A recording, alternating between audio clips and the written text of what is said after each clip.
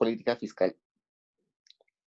No vamos a aplicar ningún modelo, solamente vamos a hacer un repaso de conceptos que ya vieron seguro en clase. Luego vamos a replicar algunos gráficos utilizando datos del Banco Central y finalmente vamos a responder algunas preguntas sobre esos gráficos. Pueden abrir su PDF de la dirigida 9, que está en Paideia, y ahí tienen alrededor de 10 conceptos que ya han visto en clase, pero que vamos a repasar. Pues el primer concepto es, a ver, déjenme abrir, el sector público no financiero. El sector público no financiero son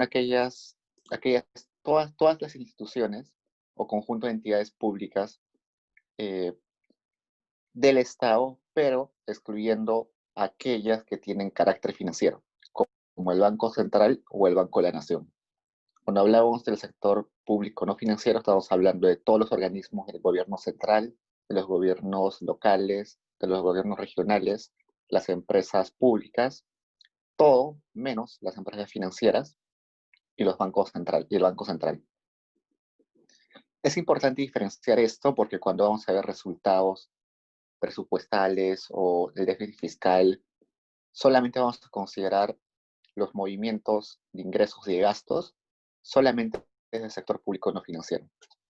¿Por qué? Porque el sector financiero tiene otra dinámica que no se utiliza para ver el desempeño del sector público. Por ejemplo, si vamos a ver el endeudamiento del Banco de la Nación o el Banco Central, estamos viendo que vamos a ver que es un endeudamiento que no está correlacionado necesariamente con el crecimiento de la economía. Y si estos entes, como el Banco Central o el Banco de la Nación, están endeudados, van a pagar esas obligaciones con sus activos. Entonces, no van a pagar con los activos del Estado. Entonces, por ejemplo, todos los bonos y todo lo que tiene el Banco Central no le pertenece al Tesoro Público.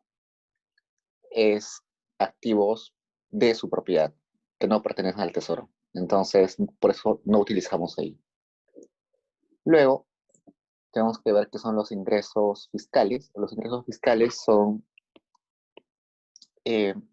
todo aquello recaudado por el Estado, tanto por impuestos, derechos, productos y aprovechamientos. Entonces, el grueso de los ingresos fiscales está por impuestos, pero también hay ingresos por derechos, por productos y por aprovechamientos. Entonces, por ejemplo, si van a un municipio y quieren sacar una autorización para que funcione su empresa, eso es un pago por un derecho, así que eso también es recaudación del gobierno, pero no por impuestos.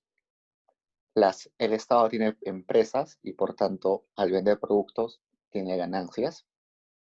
Y el Estado también tiene, por ejemplo, el Estado tiene eh, propiedades como casas o terrenos que los alquila y que por eso también tiene rentas que aprovecha y que también sirven para financiar el gasto público. Luego el gasto público es el conjunto de erogaciones o, que es lo mismo de decir, desembolsos por conceptos de gasto corriente, gasto de capital, servicio de deuda, todo lo que se les ocurra, salarios, compra de bienes, servicios, eh, todo lo que se les ocurra, todo lo que sea desembolso del gobierno es gasto público. El gasto público se divide en gasto público primario y en gasto público financiero. El gasto público financiero es el pago de intereses y amortizaciones que realiza el Estado por sus obligaciones o por sus deudas. Entonces, si tenemos una deuda con el Banco Mundial, una deuda con un banco nacional, una deuda con el FMI, todo ese pago de deudas y todo el pago de amortizaciones, que es el pago de capitales, se contabiliza como gasto público financiero y todo lo demás, salarios, remuneraciones, bienes, servicios, todo lo demás es gasto público primario. Luego ya han visto con detenimiento qué son las políticas fiscales expansivas y contractivas. Las contractivas son aquellas que reducen el gasto público y aumentan los impuestos, y las expansivas son aquellas que aumentan el gasto público y reducen eh, los impuestos. El multiplicador del gasto público, que es algo que aparecía en el texto del control de hoy, se refiere al efecto que tiene el gasto de un sol o de una unidad monetaria sobre toda la economía. Entonces, cuando el Estado gasta un sol, ese un sol da vueltas en la economía. Entonces, da varias vueltas y por tanto no solamente representa un sol en la economía, sino más. Entonces, imaginen que el Estado gasta un sol en el salario de un maestro. El maestro eh, va a agarrar ese un sol y lo va a gastar quizás en alimentos. La empresa de alimentos va a gastar parte de un sol en pago de salarios a los trabajadores. Ese trabajador va a destinar parte de ese salario en quizás comprar algún electrodoméstico. Entonces, ese un sol va a dar varias vueltas a la economía. Por tanto, dinamiza la economía no solamente en un sol, sino en más. A eso se refiere el multiplicador del gasto público. Cuando hemos visto los modelos ISLM, era todo lo que multiplicaba al G, que se llamaba multiplicador keynesiano, todo ese parámetro que multiplicaba el G, ese era el multiplicador del gasto público. ¿Por qué es relevante? Porque nos dice cuán efectiva es la política fiscal. Hay un trabajo de hace algunos años de Waldo Mendoza, donde se preguntaba cuál de los multiplicadores era mayor, el multiplicador del gasto público, el multiplicador de la inversión pública o el multiplicador de la inversión privada. ¿Por qué era relevante esa pregunta?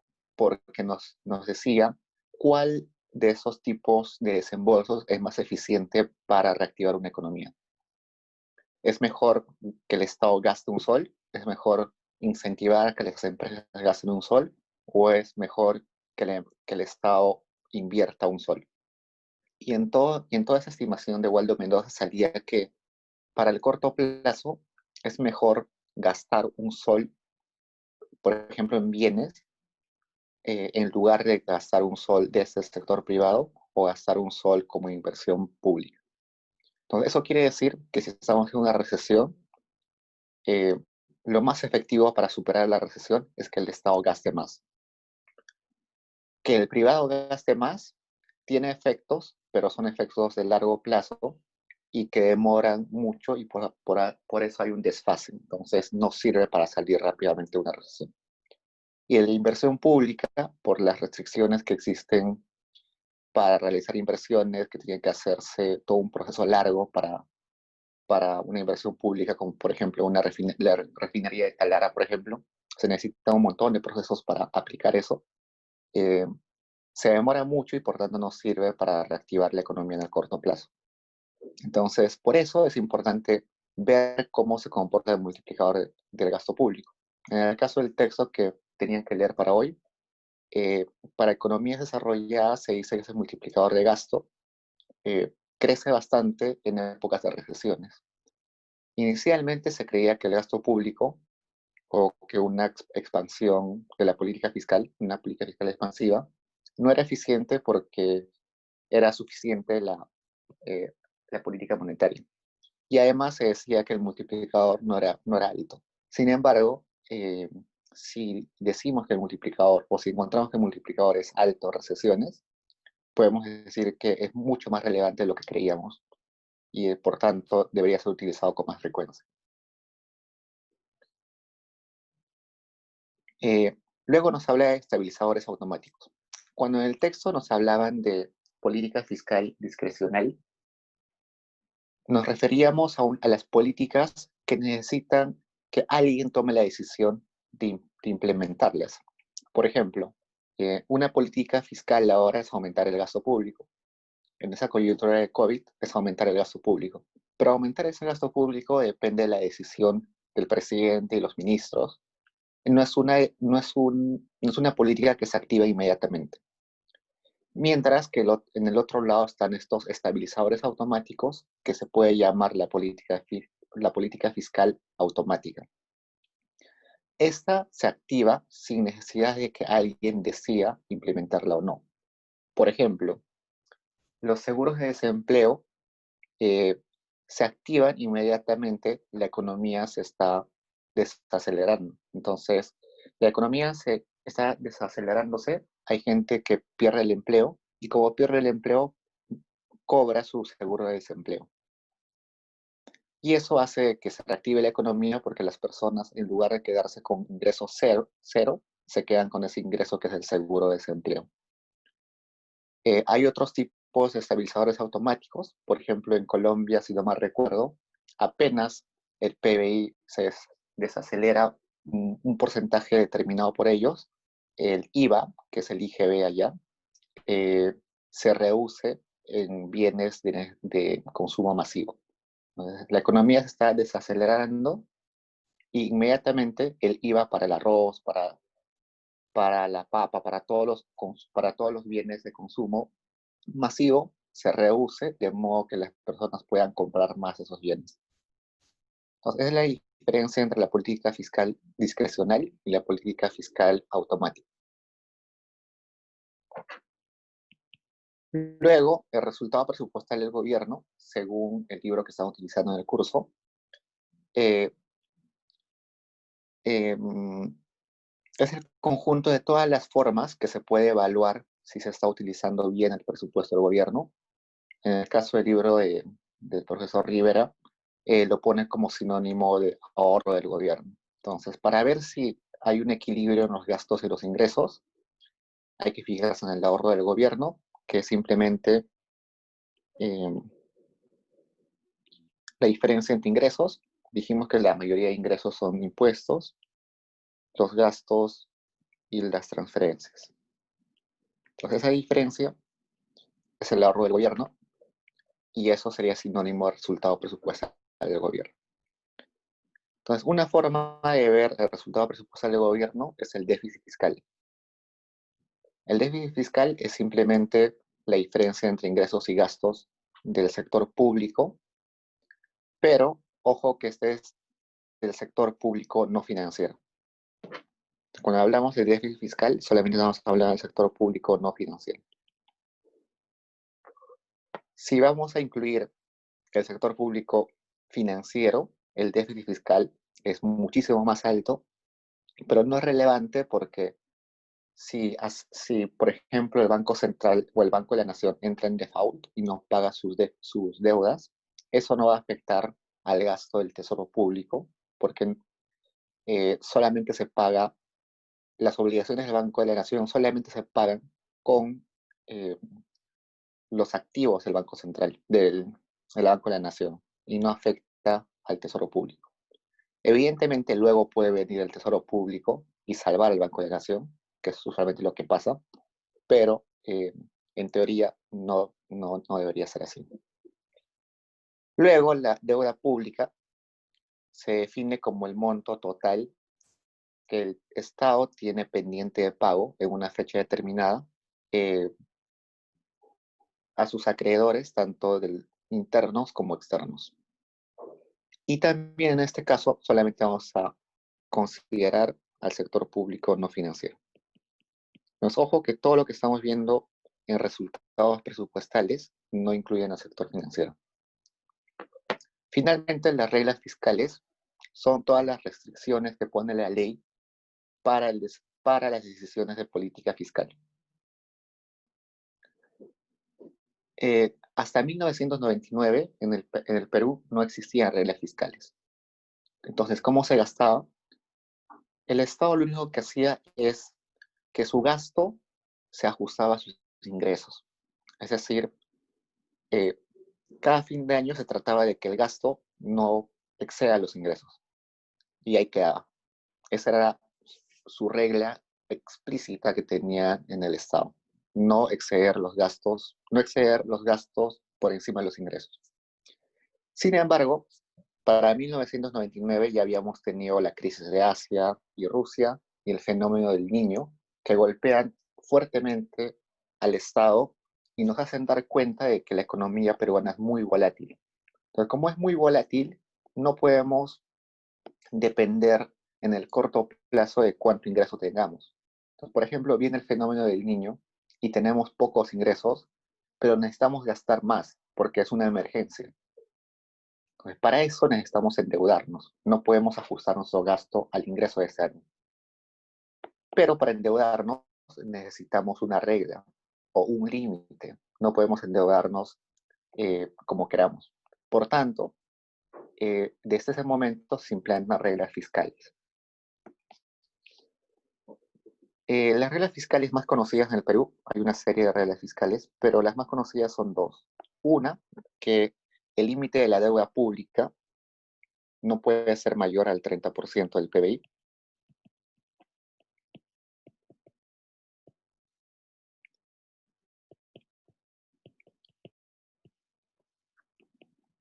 Es decir, todo lo que estamos debiendo hasta el momento no puede superar el 30% del PBI peruano. Si comparamos con otros países, 30% es bastante bajo, pero está bien para una economía que todavía no es desarrollada. Estados Unidos, por ejemplo, está cerca del 100%, si no mal recuerdo, del PBI, y otras economías como Japón superan el 100% de lejos. Es decir, por ejemplo, Japón, todo lo que produce en un año eh, es, es inclusive menos de lo que debe al resto del mundo. Entonces, en ese caso de países desarrollados, sí tiene sentido que se endeuden mucho y tienen la capacidad de que, y tienen la capacidad y la credibilidad de que van a poder pagar su deuda. Pero en países todavía no desarrollados como el nuestro, tenemos que cuidar esa deuda pública que no sea muy grande. Otra regla fiscal es que el déficit fiscal cada año, o sea, anualmente, no debe superar el 1% del PBI. Entonces, cada año solamente podemos endeudarnos máximo 1% del PBI. Eh, esta regla fiscal del 1%, eh, al parecer, en esta coyuntura del COVID, se va a tener que romper. Eh, creo que ya hubo una propuesta de que vamos a tener que endeudarnos este año más de ese 1%. El Estado peruano estaba en los últimos años con la consolidación fiscal. Actualmente el Estado tiene algo de 4 o 5% de déficit fiscal, si no mal recuerdo. Y lo que estaba buscando es que en los siguientes años, 2021, 2022, este 4 o 5% se reduzca a 1% o 0%. Sin embargo, con lo que nos estamos endeudando ahora, seguro no vamos a llegar a ese objetivo. Entonces, esos son los conceptos de la parte uno. Si tienen preguntas, estoy acá. Y vamos a pasar a la pregunta 2.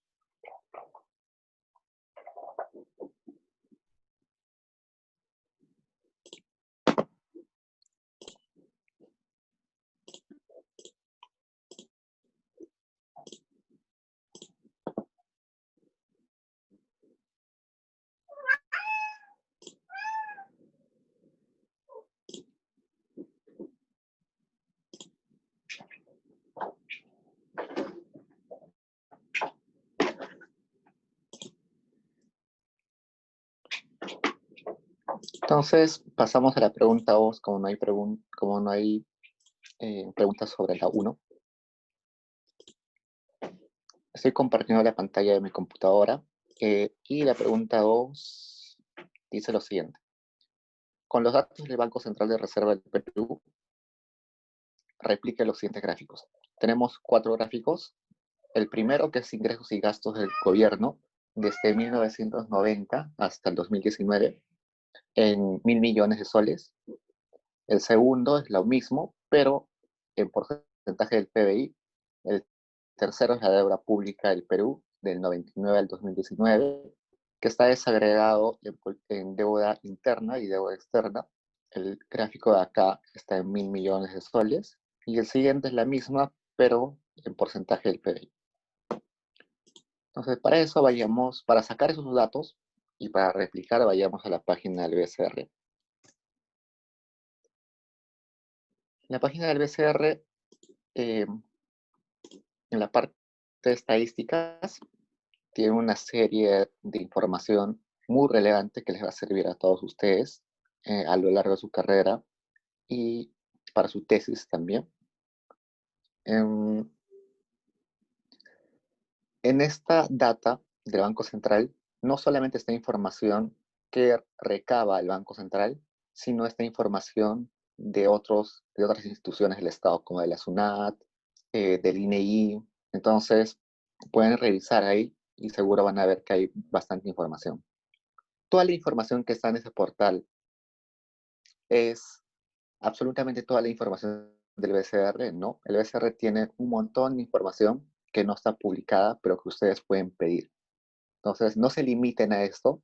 Igual, en el caso del INEI o del BCR y de otras instituciones del Estado como la SUNAT y otras, la información que está en Internet no es toda la información. Así que si necesitan, escriban sin miedo al Banco Central, al INEI o a quien sea, a cualquiera de las instituciones para que les pasen más información. Otra cosa, ¿la información que está en estos portales del Estado son perfectas? No. Hay mucha información que está mal digitada, que está mal ordenada, que está incompleta.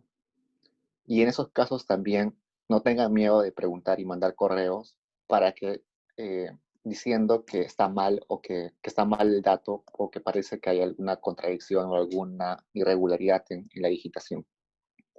Cuando hacen su tesis, sobre todo, que necesitan bastante información, los chicos entran, creen que está bien, pero al final por no preguntar terminan utilizando datos erróneos. Así que no tengan miedo de preguntar y de indagar bastante sobre cómo se hacen los datos. Por ejemplo, acá tienen operaciones monetarias cambiarias. Todos los días el Banco Central realiza compra y venta de acción, de bonos, operaciones overnight. Entonces, todo eso diariamente se sacan reportes que están acá. Las notas semanales, que nos habla de todo lo que hace el Banco Central durante la semana, están acá. Lo que vamos a utilizar hoy son estas series estadísticas y estos cuadros históricos. Este es un boletín de indicadores trimestrales. Esta es una encuesta importante que poca gente le da importancia, pero que está eh, muy bien armada. Son encuestas de expectativas macroeconómicas. Se les pregunta a, a los bancos, se les pregunta a empresas no financieras, se les pregunta a expertos, entre comillas, sobre cuáles son sus expectativas en inflación, en PBI, en tipo de cambio, en índice de confianza empresarial, y las publican. Y es bastante interesante ver cómo varían según en qué rama de la economía estén. Acá hay datos de alquileres y precios de venta de departamentos. Este es bastante interesante. Recién se creó hace 2 años. Eh, eh, Nos habla de indicadores, alquileres y precios de venta de departamentos. Esto lo hacen bastante chévere porque ustedes han visto que en internet hay estas páginas de venta y venta alquiler de casas y departamentos como Urbania. Lo que ha hecho el Banco Central es crear un, un han programado en R, creo, sí, en R, una forma de scrapear. ¿Qué es scrapear? Todos los días en la mañana, cuando se prenden las computadoras del Banco Central, este, este programa en R se activa inmediatamente y abre todas las páginas de venta y alquiler de casas y saca información de esas páginas y, y la ordena en un Excel y eso es lo que destacan. Lo mismo han hecho para alimentos y para tipos de comida. Por ejemplo, hay otro programa en R del Banco Central de que todos los días abre las páginas de Bembos, de KFC, de todas las tiendas de alimentos y de comida rápida o de otro tipo de alimentos. Y toda esa información la scrapea, es decir, la saca de su portal y la ordena en un Excel. Es bastante interesante y este ha sido un trabajo bastante fuerte de los chicos que están en la gerencia de investigación del Banco Central. Y acá hay varios información que seguro va a ser utilidad para ustedes. Entonces, ustedes están en quinto, sexto semestre, seguro cuando estén en octavo, noveno, varios van a querer practicar en el Banco Central. Cuando estén en el Banco Central practicando, ustedes van a ser los que van a actualizar estos cuadros históricos, estas series estadísticas, y si están en el área de investigación, van a actualizar seguro estos indicadores de alquileres y precios de departamentos. Y de ahí es una buena forma de que ustedes aprendan cómo se construyen estas series y estas operaciones, estos boletines, porque son bastante complejos y es una buena forma de estudiar, de entender la macroeconomía desde dentro. Entonces,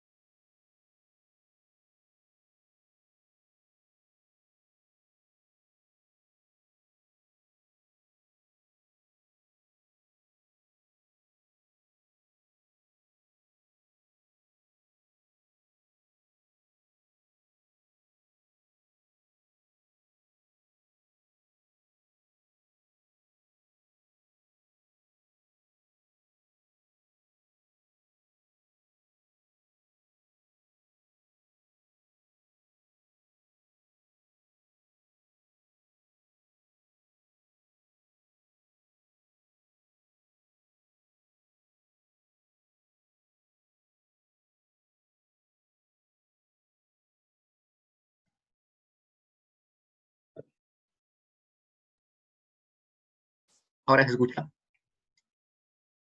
Sí, profe, ahora sí. Ya, genial. Ya. Entonces, en este caso, cuando abrimos los ingresos corrientes, tenemos separados los ingresos que son tributarios, que es el grueso de ingresos del Estado. Luego están los ingresos no tributarios.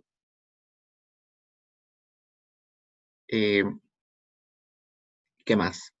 Y bueno, los ingresos tributarios se separan en ingresos, impuestos a los ingresos, impuestos a las importaciones, el IGB, el impuesto selectivo al consumo, otros ingresos tributarios. Y por ejemplo, el IGB se separa en interno y el impuesto interno y el impuesto IGB por importaciones. Entonces así se va desagregando acá más o menos. Por ejemplo, los no tributarios se descomponen en contribuciones a salud y UNP, en regalías, en canon y en otros ingresos. Lo que queremos ahora es el ingreso corriente total, así que utilizamos este. Tenemos 1989 hasta el 2019. Descargamos.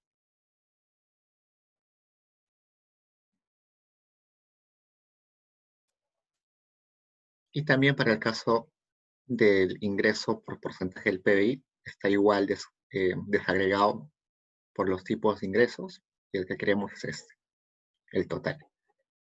También descargamos y abrimos un Excel y copiamos toda esa información.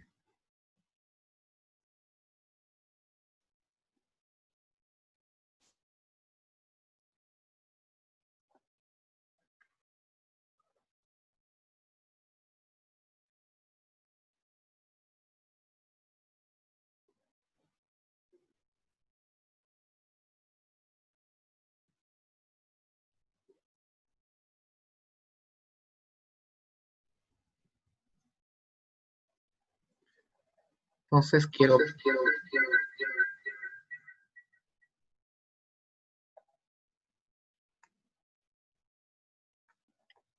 primero copio todo esto. Me hay un eco. Ya. Entonces,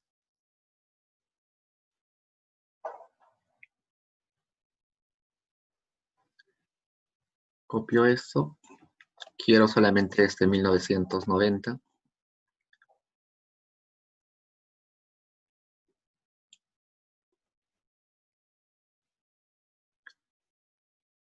Acá en porcentaje del PIB, desde 1990.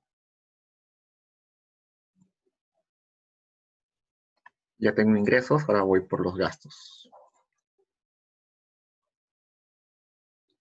Igual busco gastos. Acá tengo en millones y acá en porcentaje del PIB. Igual mis gastos están divididos en gastos corrientes, gastos de capital. Los corrientes se dividen en remuneraciones, en bienes y servicios, en transferencias. Los gastos de capital eh, se dividen en la formación bruta de capital y otros gastos de capital. Y lo que queremos nosotros es el gasto no financiero. Hemos dicho que el gasto eh, financiero nos interesa porque es pago de intereses y amortizaciones. Entonces lo que nos interesa es este. También descargamos.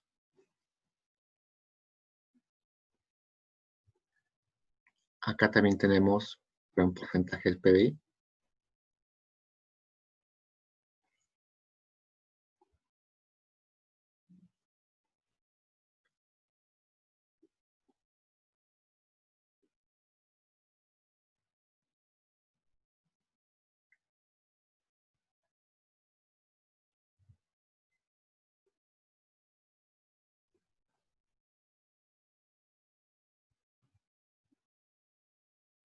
Solamente desde 1990.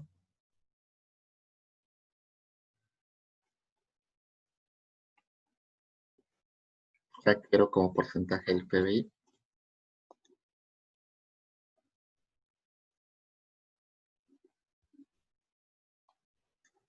Ya tengo ingresos, gastos. Ahora necesito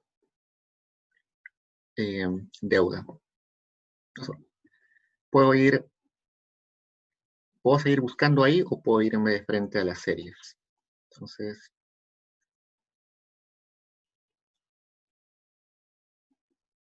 no carga.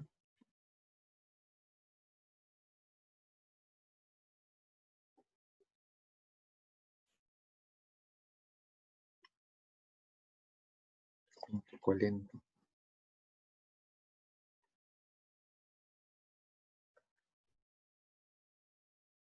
Entonces voy a series.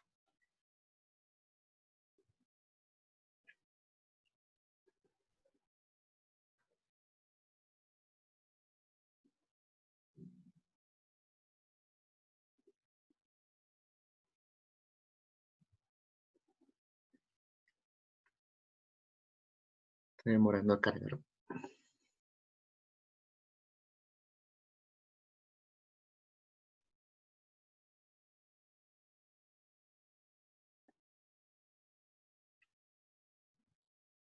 No, mientras carga vamos graficando lo que ya tenemos acá. Entonces, el primer gráfico está compuesto por ingresos y gastos en soles, en millones de soles. Graficamos acá.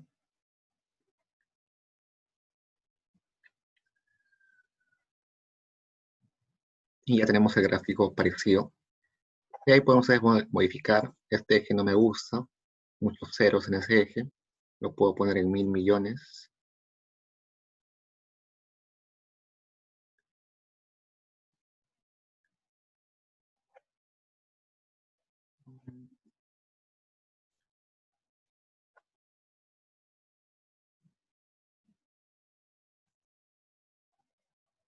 Pongo millares.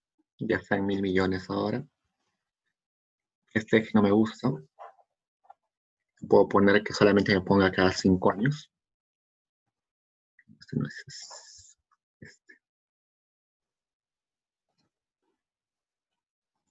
Y ya replicamos el gráfico que teníamos en la PD. Lo mismo para el ingreso y el gasto en términos porcentuales.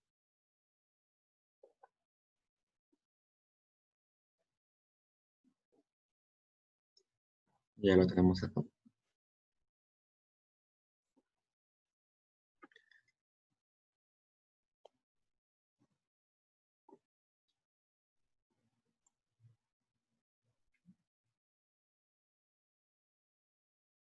No cargan las series.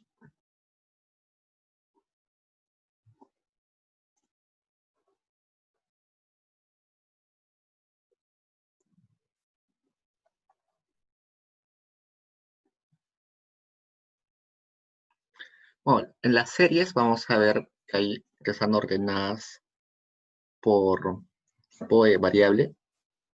Hay, hay una parte donde dice sector público. En el sector público están los ingresos, gastos, deuda, déficit. De ahí entraríamos al que dice deuda.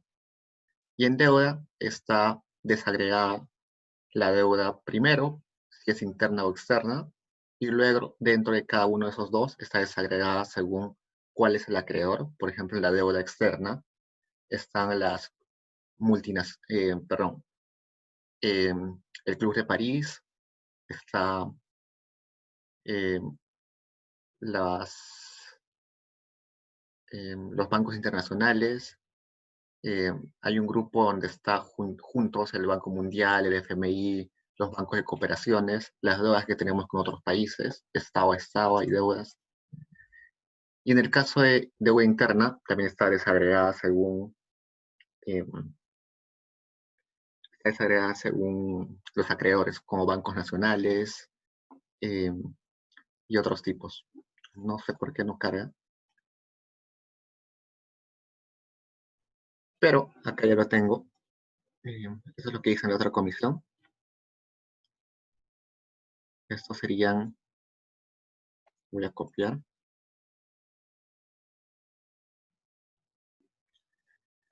Entonces resulta que la deuda solamente aparece desde 1999. ¿Por qué? Porque antes de 1999, como no teníamos reglas fiscales, no era relevante para el Estado estudiar la deuda pública. Sí se estimaba, pero no estaba bajo los parámetros que, que exigen estas reglas fiscales.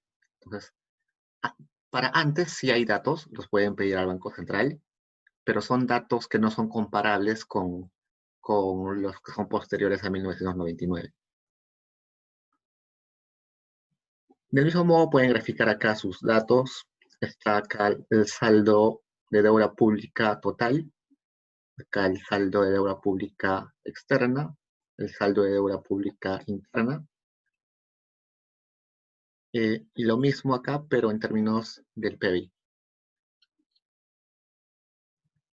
Acá nos faltaba una columna. Para los que van a utilizar intensivamente estos datos, es mejor que descarguen su add-in. Como ven, mi Excel acá tiene una pestaña que se llama BCR Data. Eso permite que sin ingresar al Banco Central, o sea, a su página central, a su página web, pueda tener mis datos de frente desde mi Excel. Entonces, por ejemplo, entro a BCR y pongo seleccionar serie. Quiero saber el tipo de cambio eh, interbancario promedio mensualmente. Pongo eso, me sale el código de esa serie y pongo obtener datos y me va a salir eh, acá la información. Tipo de cambio promedio del periodo es un tipo de cambio interbancario y es el promedio, es decir, el promedio del mes.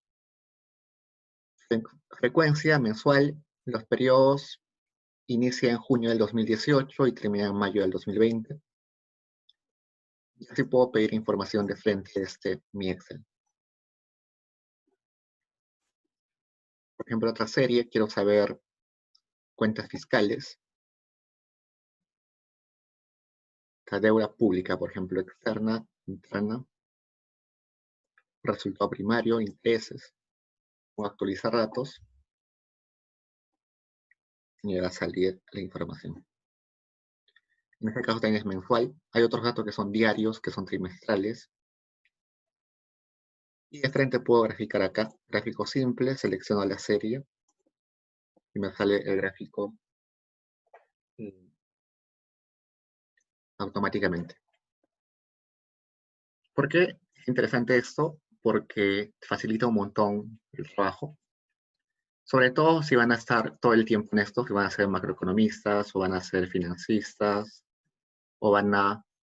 Por ejemplo, hay profesores de la universidad que tienen sus Excel ya armados. Hay un profesor, por ejemplo, que le interesa ver cómo evoluciona la tasa, perdón, el tipo de cambio diario. Entonces, lo que hace el profesor simplemente es armar su Excel, pone su interés acá, eh, perdón, su tipo de cambio acá. Quizás también le interesa la tasa de interés en Estados Unidos, el tipo de cambio del sol contra el euro, del sol contra el yen, no sé, varias monedas que le interesan. Ese tipo de cambio varía diariamente. Entonces el profesor lo único que hace es arma su Excel y cada día abre su Excel y pone solamente actualizar datos. Actualiza datos y cada día le sale la nueva información en una celda nueva. Eso si van a utilizar frecuentemente los datos del Banco Central, es una buena forma de organizar. Porque evidentemente hay un montón de data en el Banco Central y no nos va a interesar todos, ¿no? Por ejemplo, si trabajas en el Estado, eh, te va a interesar más los resultados presupuestales, no te va a interesar quizás el tipo de cambio. ¿Y cómo se instala eso? Van a la página del Banco Central, acá regresamos, perdón. Acá al costado dice Add-in para Excel, ingresan ahí.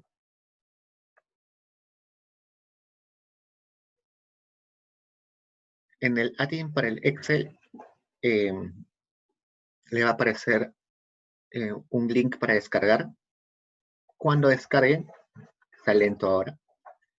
Cuando descarguen, les va a salir o van a descargar esto. Un comprimido que se va a llamar BCR Data Add-in, donde hay 3 archivos. Uno que es para Excel 2007, otro para 2010 y otro para 2013. Evidentemente utilizan el que es compatible con su Excel, ¿no? En mi caso es Excel 2013. Pues agarro estos, los descomprimo, ya lo descomprimí, y luego cuando van a su Excel, en archivos, opciones, acá dice complementos, luego acá administrar complementos de Excel, examinar, buscan ese archivo, en el mío está en descargas, y está acá abajo, BCR Data 2013, lo selecciono, pongo aceptar, e inmediatamente se va a activar su pestaña de BCR Data. Bueno, ya con eso ustedes ya pueden replicar todos los gráficos que están en la dirigida. Los 4 gráficos pueden replicarlos con esa información. Y ahora vayamos a responder las preguntas de acá abajo. 1, ¿por qué utilizamos ingresos, gastos y deuda como porcentaje del PBI? Lo utilizamos como porcentaje del PBI porque el ingreso, el gasto, deuda tiene que ser medido relativamente al tamaño de la economía. Supongamos que yo debo $1.000.000 y Bill Gates también debe $1.000.000. Evidentemente para mí va a ser imposible toda mi vida pagar $1.000.000, mientras para Bill Gates va a ser sumamente fácil.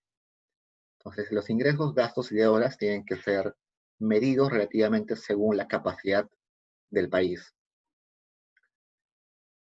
y no en términos absolutos. Por eso es que utilizamos gráficos en porcentaje del PBI. Luego nos dicen describir el comportamiento de ingresos, gastos y deuda pública para esos periodos. Por ejemplo, en este gráfico, el análisis de esos gráficos es amplio. Pueden hacer una tesis sobre solamente uno de esos gráficos. Explicar el comportamiento de esto es es una investigación individual. O sea, con un gráfico se puede hacer una investigación para ver los determinantes, el comportamiento, la tendencia. En este caso podemos decir cosas generales, por ejemplo, que en 1900, pasando al 95 hasta el 2000 más o menos, y quizás un poco más, los ingresos y gastos estaban bastante parecidos, no había una brecha, el Estado no se endeudaba, ni ahorraba mucho, casi nada. Recién luego del 2000, quizás el 2002, resulta que hay periodos donde hay ingresos mayores a gastos y hay periodos donde los gastos son mayores a los ingresos. Es decir, hay periodos donde ahorramos y hay periodos donde nos endeudamos. Eso, como ya les dije, es posible por las reglas fiscales. Con las reglas fiscales ya podemos tener un marco jurídico en el cual podemos decidir, en el cual ya podemos decidir si estamos ganando mucho, podemos ahorrar para periodos futuros, y si estamos en emergencia y necesitamos gastar más, nos endeudamos con las reglas, considerando las reglas fiscales. Sin embargo, en ambos las tendencias son crecientes, entonces eso no nos dice mucho. El ingreso y gasto siempre va a ser, o casi siempre va a ser, creciente. Lo que nos interesa es ver cómo esos ingresos y gastos han estado en relación o en porcentaje al PBI. Entonces, simplemente acá viendo, podemos ver las épocas donde hay superávit, donde hay déficit. Por ejemplo, 2019, más o menos estamos en, prácticamente no hay nada de déficit, estamos casi en un déficit cero, ¿no? Estamos casi iguales, los gastos e ingresos están casi iguales. Pero, por ejemplo, en el 2012 teníamos más ingresos que gastos, estábamos ahorrando. La deuda pública, en términos en soles, ha crecido bastante rápido, pero en términos de porcentaje de PBI ha crecido bastante. Otra característica es que para 1999 y 2000, nuestra deuda pública era en su mayor parte deuda pública externa, pero hoy la mayor deuda es interna. Y eso tiene que ver con la consolidación fiscal. Es mejor estar endeudados internamente que endeudados externamente, por un montón de efectos. Por ejemplo, la hoja de balance. Si estamos endeudados en moneda extranjera, un cambio en el tipo de interés, en el tipo de cambio nos afecta un montón. Por tanto, uno de los objetivos del Estado es que la deuda sea más interna que externa. Por eso es que se ha reducido la deuda externa y ha crecido la interna. En este gráfico pueden ver de que la deuda en el 2000 más o menos estaba por encima de 50% del PBI y se ha ido reduciendo hasta menos del 30%. Si recuerdan, una de las reglas era que la deuda pública no debía ser mayor al 30%, y la estamos cumpliendo bien. En el 2019 no llegamos al 30%, entonces es de esperar de que si vamos a cumplir las reglas fiscales, que en los siguientes años no pasemos de ese límite. Lo mismo, si pueden ver acá la tendencia de la deuda pública externa,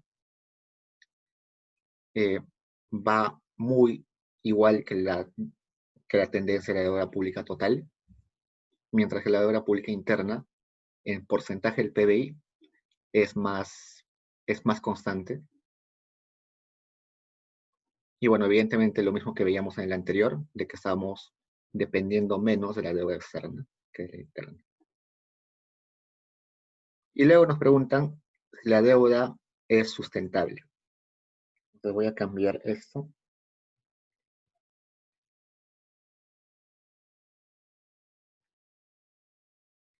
Entonces, para determinar si la deuda de un país es sustentable o no, o sostenible, en este caso es sinónimo sustentable y sostenible.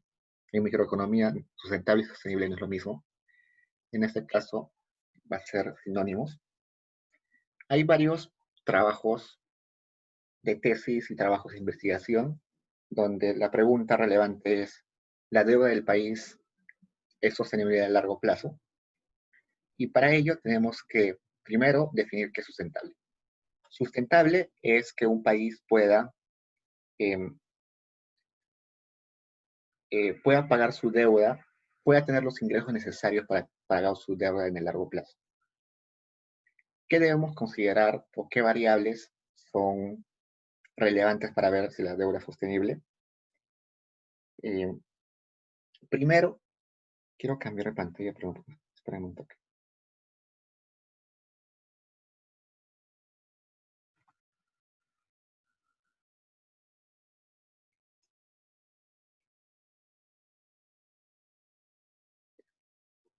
Entonces voy a mostrarles mejor acá.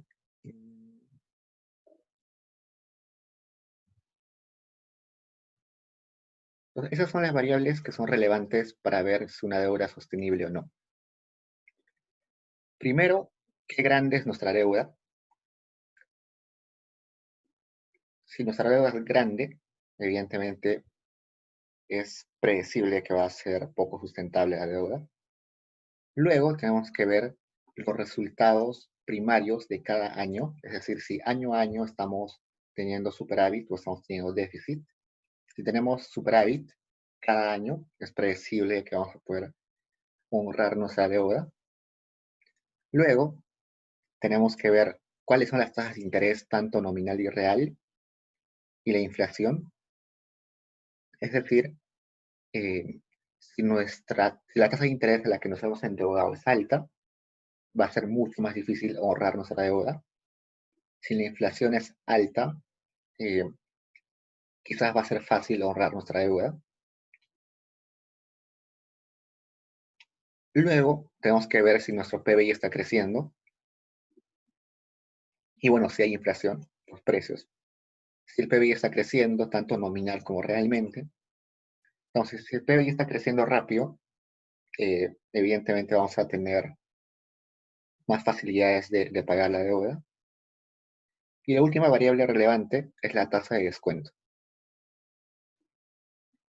Los que están llevando micro 1 conmigo, hemos visto que la tasa de descuento intertemporal es la preferencia tiene que ver con la preferencia del futuro contra el presente. Es decir, si una persona, o en este caso el Estado, le importa más el futuro o le importa más el presente.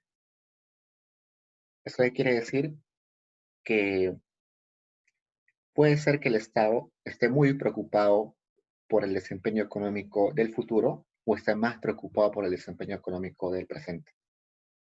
Si estás preocupado por el futuro, vas a invertir más en salud, vas a invertir más en educación, porque son gastos que te dan rendimientos en el largo plazo. Si te importa más el presente, seguro vas a invertir más en, en salarios, en actividades, en eventos, en gasto inmediato, ¿no? Entonces, esa tasa de descuento tiene que ver con la deuda. ¿Por qué? Porque si yo estoy muy impaciente por gastar hoy, porque prefiero el presente, me voy a endeudar con más facilidad. Mientras que si estoy muy preocupado por el futuro, me voy a endeudar menos.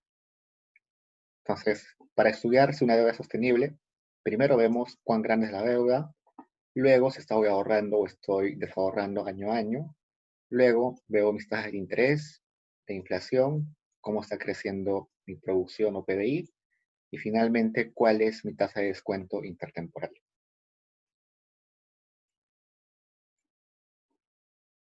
Eh, y eso es todo sobre esta dirigida. Si tienen preguntas, estoy acá. Y la siguiente creo que tenemos control, ya saben, sobre Dancourt. Es un texto extenso, pero y está en inglés, pero como ya les dije, busquen controles pasados o exámenes pasados donde también se tome esa lectura, porque lo más probable es que las preguntas vean muy similares.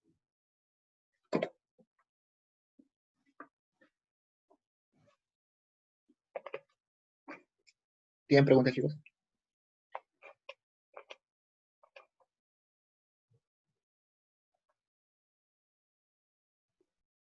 En la pantalla ya no estoy compartiendo nada. No te preocupes.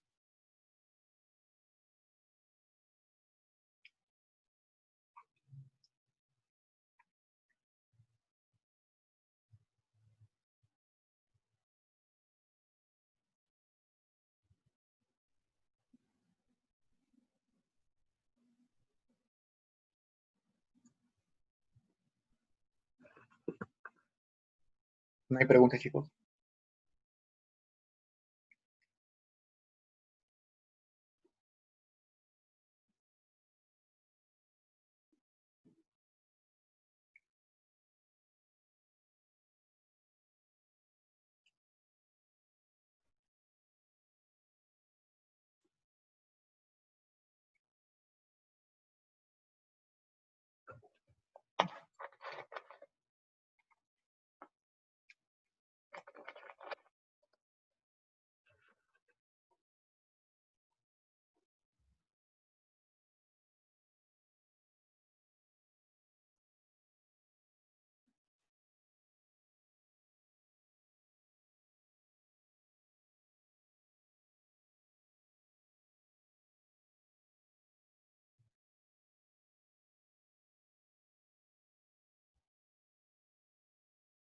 Ya bueno, chicos, eso es todo por hoy. Como no hay preguntas, igual estoy atento a sus correos durante la semana.